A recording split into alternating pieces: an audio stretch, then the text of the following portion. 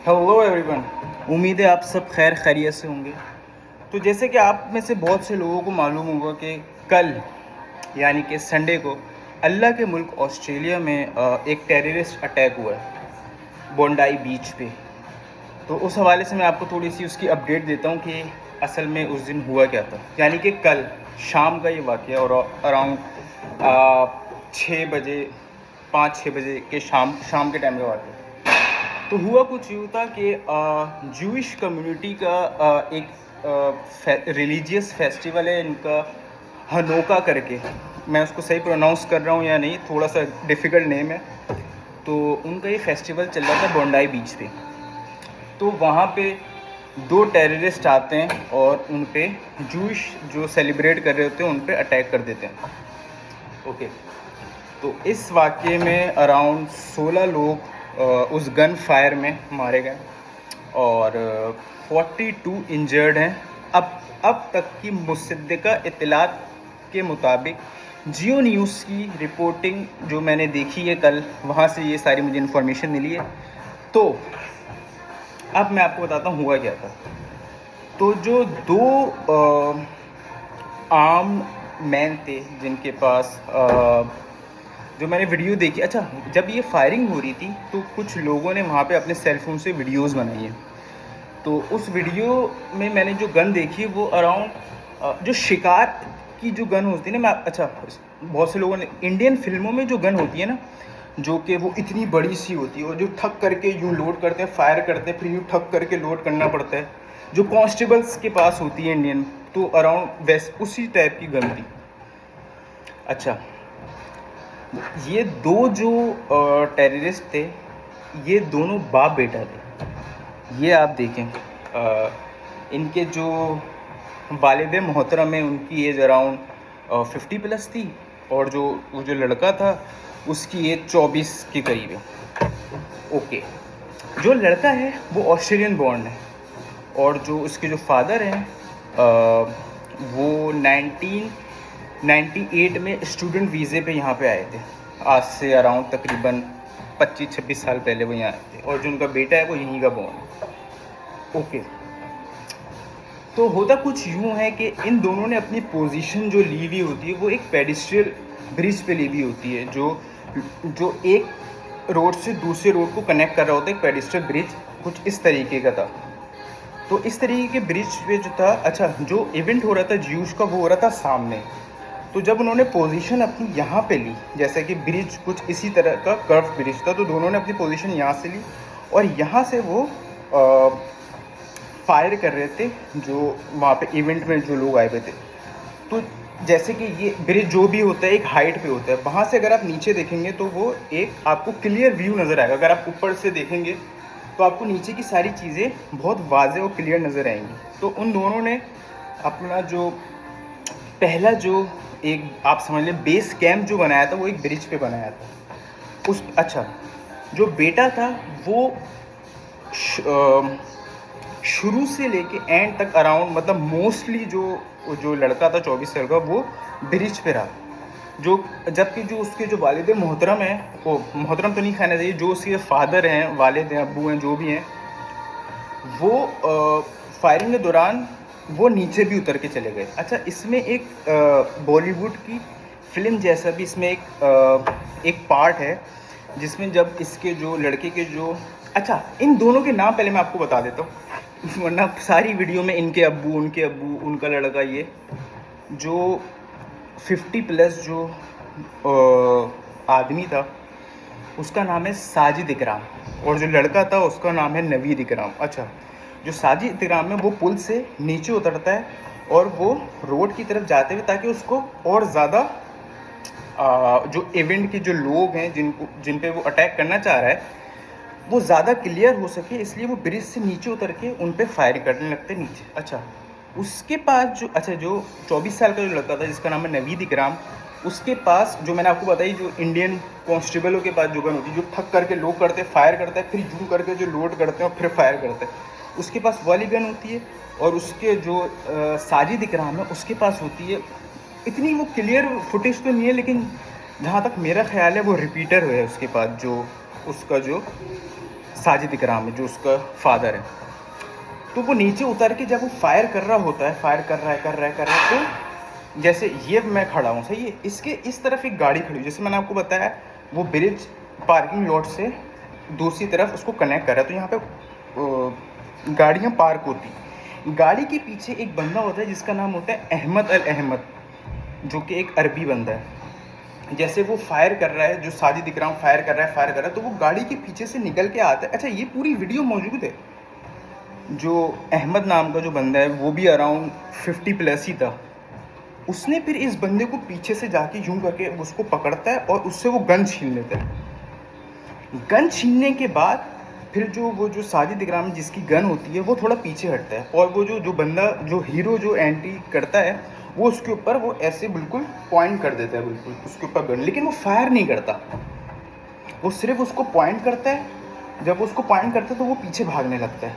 पीछे कहाँ भागने लगता है? जहाँ उसका बेटा ऊपर ब्रिज के ऊपर से, जहाँ उसका बेटा होता है, वो अपने बेटे की तरफ हल्का हल्का, आई गेस पता नहीं वो भागता क्यों नहीं है, क्या होता है, लोग उसके ऊपर कुछ चीज़ें वीज़ें भी फेंक रहे होते हैं तो वो अपने बेटे की तरफ भागने लगता है। ये इंसिडेंट जब उससे वो गन छीन लेता है। उसके बाद वो जो बंदा है वो गन उससे छीनने के बाद साइड में एक दरख्त होता है, आप बहुत से लोगों ने वो वीडियो देखी होगी, तो दरख्त के पास रख देते हैं। अच्छा, तो जिस बंदे ने उससे गन छीनी थी उसको भी गोली लगती है, क्योंकि उसका जो बेटा होता है वो ऊपर ब्रिज पे होता है, वो सारी चीज़ें देख रहा है वहाँ से, तो उसको भी आई गेस स्टमक पे या टांग पे वो उसको देख लेता है कि वो मेरे बाप से वो गन छीन रहा है। और ये सब कुछ वीडियो में है, मैं कोई धुरंधर 3 की आपको स्क्रिप्ट नहीं बता रहा हूँ। ये सब कुछ अगर आप BBC, अल जज़ीरा, CNN और 7 न्यूज़, जो भी अराउंड जितने भी इंटरनेशनल हैं उसमें सब पे ये वीडियो अवेलेबल है। मैं तो आपको पूरा एक डिस्क्राइब कर रहा हूँ कि पूरा इवेंट हुआ किस तरह। अच्छा, फिर वो जब उसकी गन ले लेता है, फिर वो साजिद इकराम जो होता है वो अपने बेटे की तरफ वापस भाग के वो ब्रिज पे आ जाता है। ब्रिज पे आने के बाद उनके पास एक और एक्स्ट्रा गन होती है, ठीक है, उनके पास टोटल 3 गन होती है। एक गन जो कि नीचे वो ख़त्म हो गई, वो पकड़ी गई, सही है। दूसरी गन जो उसके बेटे के पास थी, और तीसरी गन जो है वो ब्रिज पे आने के बाद दोबारा फायर करने लगता है उन लोगों पे। ओके, तो अब इतनी देर में आपको मैंने पूरा इवेंट बता दिया, इतनी देर में पुलिस भी आ जाती है। पुलिस जो है वो पुलिस भी जैसे मतलब क्रॉस फायर चल रहा है, वो पुलिस पे फायर कर रहे हैं, ये लोगों पे और पुलिस पे दोनों का मतलब मैं सब मतलब शूट आउट एंड लोखड़ वाला चल रहा है, सही है, शूट आउट वाला। अच्छा, ये इवेंट देखने के बाद ना मुझे अगर मैं अपनी हिस्ट्री में जाऊँ, 2009 में श्रीलंकन क्रिकेट टीम पे जो हमला हुआ था ना, ये बिल्कुल अराउंड वैसा ही है। अगर आप श्रीलंकन क्रिकेट टीम के हमले को एक तरफ रखें और दूसरा इसको रखें, आपको बहुत सिमिलैरिटी नज़र आएगी। तो ये होने लगता है। अच्छा, जब पुलिस क्रॉस फायर करती है तो जो साजिद इकराम है, जो 50 साल का बंदा है, उसको गोली लग जाती है और वो वहीं पर ही ब्रिज पे ही डेड हो जाता है, मर जाता है। अच्छा, उसके अब्बू मरने के, जिसको फादर है, वो मरने के बावजूद अगर आप वीडियोस देखें जो कि सेलफोन से बनी हुई है, अच्छा, बहुत सारी वीडियोस इसमें सर्कुलेट कर रही हैं, बहुत सारी वीडियोस इसमें सेलफोन से भी बनी हुई है और बहुत सारी वीडियोस आई गेस पुलिस के ड्रोन से भी बनी हुई है। अगर आप वीडियो देखें तो पुलिस का ड्रोन इस तरफ से आ रहा होता है, वो पूरा आपको ना वो पूरा नीचे का आपको व्यू दिखा रहा होता है, और जो लोगों ने बनाई हुई है वो यहाँ से आ रही होती है, ताकि कोई बिल्डिंग है या आसपास ही कोई घर है वहाँ से वो बनी हुई है। तो उसका जो साजिद इकराम मर जाता है, ऑन द स्पॉट डेथ हो जाती है। उसके बावजूद अगर आप वीडियो देखें तो वो उसके बाद भी वो फायर कर रहा है। आप देखें कि एक हॉलीवुड की फिल्म बोलूं या लॉलीवुड की बोलूं या तमिल बोलूं कि ये रियल लाइफ इंसिडेंट है। आपको वीडियो में नज़र आएगा कि उसका बाप मर जाता है ब्रिज पे, उसके बाद भी वो फायर कर रहा होता है। ओके, सो क्रॉस फायरिंग का सिलसिला चलता रहता है और एक वक्त आता है कि नवीद इकराम, 24 साल का जो लड़का है, जो ऑस्ट्रेलियन बॉर्न है, उसको भी गोली लग जाती है और वो गिर जाता है ब्रिज पे। जब वो गिर जाता है तो पुलिस आ जाती है। और अच्छा, अभी भी करंटली भी उसके जो वालिद हैं वो तो मर चुके हैं, और जो नवीद इकराम है वो अभी भी क्रिटिकल कंडीशन में हॉस्पिटलाइज है। और ज़ाहिर सी बात है, जब क्रॉस फायर होता है तो गोलियां भी लगती हैं। वो यंग लड़का था, शायद वो थोड़ा सा उसकी बॉडी में जान वान हो तो वो बच गया, और जो 50 साल का बंदा है वो ऑन द स्पॉट उसकी डेथ हो गई थी। अगर आप नवीद इकराम को देखें तो जब वो फायर कर रहा होता है काफ़ी सेल फोन से, वहाँ पे तो बीच है, तो बीच पे बहुत सारे लोग होते हैं, और जब वो फायर हो रहे होते हैं लोगों ने बहुत सारी वीडियोज़ ही बनाई। तो मैंने वीडियो देखा, वो इतने परफेक्टली फायर कर रहा होता है कि ऐसा लग रहा है कि वो वेल एक्सपीरियंस है। मतलब उसने काफ़ी राउंड उसने इस वाक़ये से पहले भी फायर करे होंगे। अगर आप, मैं एक वीडियो देख रहा था उसमें देखिए ना आप, वो इस तरह फायर कर रहा है, यूं कर रहा है उसने, ठक करके एक और फायर, ठक करके एक और फायर, ठक करके एक और फायर, एक ठक, मतलब उसने मल्टीपल टाइम्स, उसने ऐसा लग रहा था कि उसने इस वाक़ये से पहले 100-150 राउंड की कम से कम भी प्रैक्टिस तो उसने की होगी। क्योंकि ये वाली जो गन होती है, ये उसमें वो लगा होता है, टेलीस्कोप लगा हुआ होता है, ताकि आप जो आपका, क्योंकि वो बेसिकली शिकार की एक गन है, तो उसमें टेलीस्कोप लगा होता है, तो उसने प्रॉपर निशाने ले लेके अच्छा, जो 16 लोग इंक्लूडिंग ये 50 साल साजिद इकराम मारे गए, 16 मतलब 15 जूश और एक ये, तो 16 लोग मारे गए, और जो इंजर्ड हुए हैं वो तकरीबन 40 से ऊपर, 42-43 समथिंग इंजर्ड हुए हैं। तो अगर आप इन दोनों को मतलब अगर आप इनको मर्ज कर दें तो ये अराउंड आती है 55 से 60 लोगों को इन दो आदमी ने गोली मारी। तो लकीली जो है, जो 40-45 लोग बच गए, जो क्रिटिकल कंडीशन में अभी भी, और 16 लोग मारे गए। तो आप सोचें कि 60 लोगों को फायर लगा। आप ये सोचें कि मतलब 60 लोग के जिस्म पे गोलियां लगी, जिसमें से लकीली 16 सिर्फ डेथ हुई है, और बाकी जो 42 हैं वो अभी तक क्रिटिकल कंडीशन में है। ओके, अब मैं बात करता हूँ कि साजिद इकराम जो कि उसके वालिद थे, उनके पास अराउंड, जो पुलिस की जो रिपोर्ट है, प्रेस कॉन्फ्रेंस मैंने देख रहा था आज, उसके पास 16 लाइसेंस याफ्ता गन्स थी उसके पास। जबकि मैं आपको बताऊं, ऑस्ट्रेलिया में जो गन्स का जो लाइसेंस का जो पूरा प्रोसीजर है या गन कल्चर है, ये पूरे दुनिया में सबसे ज़्यादा स्ट्रिक्ट माना जाता है। ऑस्ट्रेलिया का गन कल्चर ये अमेरिका की तरह नहीं है कि टॉफ़ी कैंडी की तरह आप जाके बाय कर लेंगे, बहुत मुश्किल होता है। तो उसके पास 16 गन्स, 16 बोल रहा हूँ, 6 गन के उसके पास लाइसेंसेस थे, जिसमें से 3 जो गन्स थी वो तो आपको मैंने बताया कि ऑन द स्पॉट वहाँ से रिकवर हो गई, और 2-3 उसके घर से भी हुई है। और ये गन्स इसके पास अराउंड, पुलिस चीफ कमिश्नर जो भी होते हैं वो बता रहे थे, अराउंड 10 साल से ये इसके पास लाइसेंस था, अराउंड 10 साल से। तो जो 15-16 लोग जो मारे गए हैं, उनमें से 10 साल की एक छोटी बच्ची भी थी, जो उन 15 जो फेस्टिवल में जो इंजॉय कर रहे थे, उसमें 10 साल की एक बच्ची थी जो सबसे कम उम्र थी, और सबसे ज़्यादा जो एज वाला जो बंदा था वो था 87 ईयर्स की एज का। उस बंदे की ख़ास बात क्या थी कि वो होलोकॉस्ट सर्वाइवल था, कि मतलब जब होलोकॉस्ट हुआ था जर्मनी में, तो वहाँ का सर्वाइवल था, लेकिन वो यहाँ ऑस्ट्रेलिया में वो अपनी ज़िंदगी की बाजी वो हार गया। तो अराउंड इसमें जो 15 लोग हैं उसमें ज़्यादातर जो है वो मेल ही है, जो मैंने देखा है वो ज़्यादातर उसमें मेल की ज़्यादा डेथ हुई है बनिस्बत वो एक छोटी 10 साल की बच्ची थी। तो ये एक पूरा ये बहुत बड़ा एक इवेंट है। जब शाम में मैंने न्यूज़ देखी, जब मैं देख रहा था, तो मैंने बोला यार छोटा मोटा कोई होगा, वाकया होगा छोटे मोटे तो यहाँ पे चलते रहते हैं हल्का फुल्का। तो मैं एक रेस्टोरेंट में बैठा हुआ था, तो एक गोरा मेरे बराबर में था, तो उसने वो अपना मुझे फ़ोन दिखाता, बोलता यार ये तुमने देखा ये क्या हो रहा है। मैंने बोला हाँ छोटा सा एक इंसिडेंट हुआ, मैंने न्यूज़ में भी देखा। तो बोला अबे ये देखो। अच्छा उसके पास ना सारी वीडियोज, अच्छा उस टाइम तक सोशल मीडिया पे वो वीडियो इतनी सर्कुलेट नहीं हुई थी, क्योंकि वो लोगों के प्राइवेट अपने सेल फोन से बनाई हुई थी। उस वो जो वीडियोस थी वो उसके किसी आई गेस कि कोई ग्रुप था उसका या पर्सनल उसके व्हाट्सएप पे आई हुई थी। तो मैंने देखा वो किस तरह, वो फर्स्ट टाइम अच्छा मैंने देखा, मुझे तो लग रहा था छोटा मोटा इंसिडेंट होगा, हो गया होगा, चलता रहता।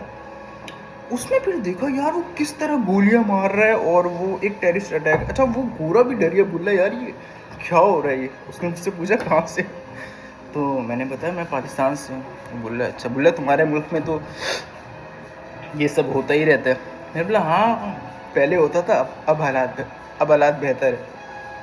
तो अब मैं उसको क्या बताता कि कराची में हालात बेहतर है लेकिन अब टैंकर वाला मार रहा है, या बच्चे गटर में गिर रहे हैं, या कोई मोबाइल छीनने पे मार रहा है। मतलब हालात बेहतर हैं लेकिन लोग मर रहे हैं। खैर मैंने उसको बोला कि सारी बताई, तो फिर वो फिर बड़ा अफसुर्दा था वो बंदा बेचारा। बोला मुझे तो, बोला पहले मैंने जब वीडियो देखी मुझे तो लग रहा था एआई है। मैंने बोला नहीं जानी एआई नहीं है, ये रियल है। अच्छा उसके बाद एक जो मुझे जो बड़ा अफसोस हुआ इसमें कि बहुत सारे लोग जो मतलब अल्लाह अल्लाह बड़े बोल से बचाए, जो मैं ऐसे के टाइम कभी मियाँ चुन्नू से आगे नहीं गए होंगे, वो अपनी पेजिस पे या अपनी पोस्ट पे या उनका जो भी उनके जहाँ तक उनका जो हाथ जाता है वहाँ पे लिख रहे हैं कि भाई ये दो बंदे पाकिस्तानी हैं। मतलब यार जिस मुल्क में तुम बैठे हुए हो, खा रहे हो, नमक हरामी कर रहे हो, उस मुल्क का तो भाई यहाँ अभी तक डिस्क्लोज ही नहीं हुई इसकी नेशनैलिटी। भाई 2 दिन हो गए हैं, आज कल हुआ था वाकया, आज ट्यूसडे संडे की शाम में हुआ था, ठीक है संडे की शाम में हुआ था और आज रात के तकरीबन 4-5 बज रहे हैं। अभी तक गवर्नमेंट ने डिस्क्लोज नहीं की नेशनैलिटी के वो बंदे, उनका बैकग्राउंड क्या था, उसका बाप 1998 में कहाँ से आया था, अभी तक डिस्क्लोज नहीं करा। ये बता दिया कि भाई वो आया था, उसकी उम्र ये थी, उसका नाम ये था, सब नेशनैलिटी डिस्क्लोज। लेकिन ये पाकिस्तानी मुजाहिद, इनको पता नहीं कहाँ से रिपोर्ट आ जाती है, वो भी अपने कि वो पाकिस्तानी थे। चलो भाई इंडिया का समझ आता है कि इंडिया के न्यूज़ चैनल, इंडिया के जो इंस्टाग्राम के जो पेजेस हैं वो अगर पाकिस्तान का नाम डाल लें तो चलो वो समझ आता है वो दुश्मन है। लेकिन जावेद साहब, रफ़ीक साहब, रुखसाना बाजी, एरम आंटी, आप क्यों कर रही हैं ये पोस्ट?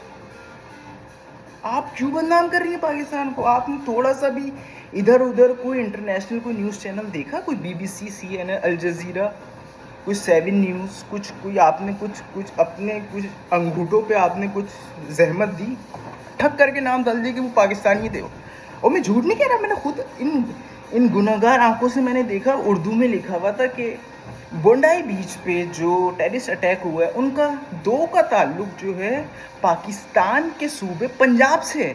भाई पंजाब पे डाल दिया नाम। यहाँ की एजेंसियाँ परेशान हैं, वो अभी तक, खैर यहाँ के लोगों को तो पता होगा, जो गवर्नमेंट की डिपार्टमेंट्स हैं, जो लॉ इन्फोर्समेंट एजेंसी, उनको तो पता होगा कहाँ है, लेकिन वो अभी तक वो नहीं कर रहे इसको डिस्क्लोज, ताकि एक जो हेट है अगर किसी भी कम्युनिटी या किसी भी कंट्री की, मतलब हालात ख़राब ना हो, इस वजह से वो अभी तक उन्होंने डिस्क्लोज़ नहीं करा। वैसे मतलब कोई रीज़न तो होगा ना, उन्होंने डिस्क्लोज़ नहीं करा, उन्होंने सब चीज़ें डिस्क्लोज़ कर दी कि ये बाप बेटे हैं, इनका नाम ये है, इनकी उम्र ये है। जब सब कुछ ही पता चल गया तो नेशनलिटी क्या चीज़ है, लेकिन उन्होंने नहीं बताई फॉर द सेफ्टी रीजंस जो भी है। लेकिन हमारे लोग, मतलब क्या फ़ायदा हो, मतलब हम ऑलमोस्ट वैसी ही बदनाम है, वैसी ही सब कुछ। मतलब वो टेररिस्ट जो थे वो मुसलमान थे, खैर, लेकिन वो थोड़ा सा एक जो अहमद बंदा जिसने वो उसकी गन छीन के बहुत सी ज़िंदगियां उस बंदे ने बचाई, अगर वो उसको ना रोकता तो हो सकता है ये जो डेथ्स हैं ये और ऊपर चली जाती, जो इंजर्ड हैं वो और ऊपर चले जाते अगर वो उसकी गन ना छीनता। उसको तो भाई हीरो है, वो वहाँ के जो बड़ी हाई अथॉरिटीज़ हैं, वो भी इंजर्ड है, वो भी हॉस्पिटल में है, लेकिन वो इतनी क्रिटिकल कंडीशन में नहीं है। तो लोग उससे मिलने आए, उसको मेरे ख्याल में 1 मिलियन का कोई रिवॉर्ड वगैरह भी ये सब भी हुआ है। तो ये पूरी बोंडाई टेररिस्ट अटैक जो सिडनी में हुआ, ये उसकी एक छोटा सा मैंने आपको एक डिटेल बताने की कोशिश करी है और उम्मीद है आपको पसंद आई होगी। और बराए मेहरबानी बिना बिना रिसर्च के, बिना किसी चीज़ के, मतलब अगर फ्री है सोशल मीडिया तो आप ठक ठक कर, मतलब कम से कम मुल्क की फेवर में आप ना सही कोई चीज़ अपलोड कर सकें तो कम से कम आप मुल्क को बदनाम तो नहीं करें। मतलब अगर आप कोई पॉजिटिव चीज़ अगर आप ऐड नहीं कर रहे हैं तो कम से कम आप उसको समझ रहे हैं ना आप, तो बराए मेहरबानी इसको थोड़ा सा अवॉइड करें। और अल्लाह हम सबका हामी हो, नासिर हो। मेरे अज़ीज़ हमवतनों, पाकिस्तान जिंदाबाद। और ट्रेडमिल करते करते ये पूरी 20 मिनट की वीडियो भी बन गई, मेरी कैलोरी भी बर्न हो गई और आपको सारे पूरे इंसिडेंट की अपडेट भी दे गई। उम्मीद है हम फिर कभी नेक्स्ट वीडियो में मिलेंगे इस अपनेपन के साथ कि आप अपना बहुत ख्याल रखें और पाकिस्तान का गलत इमेज जो है वो आप ना फैलाएं। वैसी बहुत हालात सही नहीं है हर जगह के। अस्सलाम वालेकुम वरहमतुल्लाह। पाकिस्तान जिंदाबाद।